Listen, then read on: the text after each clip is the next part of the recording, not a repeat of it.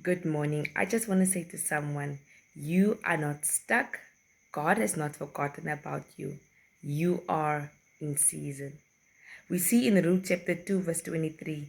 So Ruth worked alongside the woman in Boaz's field, and she gathered grain with him up until the end of the barley harvest. She then continued working with him through the wheat harvest in the early summer, and all the while she was living with her mother in law. It is vital that you understand the season that you are in. Ruth started off in a barley season, in the season of just enough, in a season of quiet obedience, in a season where there was no applause, in a season where she picked up the leftovers behind the harvest, behind the harvesters, in a season that seemed insignificant. However, she moved from her wheat harvest to the barley harvest, from the wheat season to the barley season.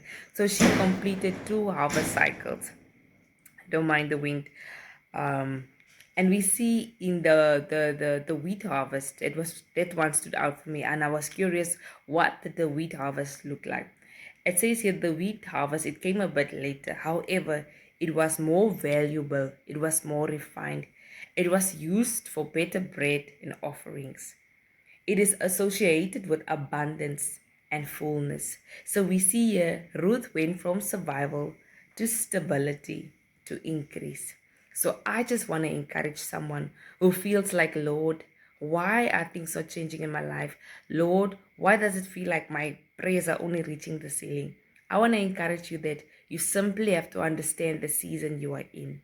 And also note that you can't pray away your barley season because that's your season of development. It might not come with instant reward, but it definitely comes with growth, with faithfulness, with faith, with perseverance. And know that after your barley harvest, there must be a wheat harvest. There must be a bountiful harvest. You can't just remain in the season of just enough. There must be a season of more than enough.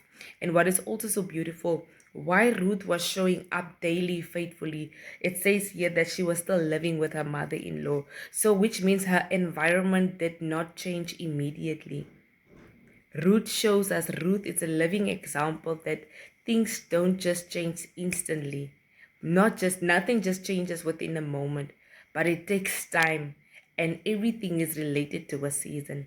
So when you understand the season you are in, there will be peace of mind. For example, a mother who is carrying a baby, you will understand that I have to carry this baby for 9 months. There's no way that I fall pregnant today and tomorrow I can deliver.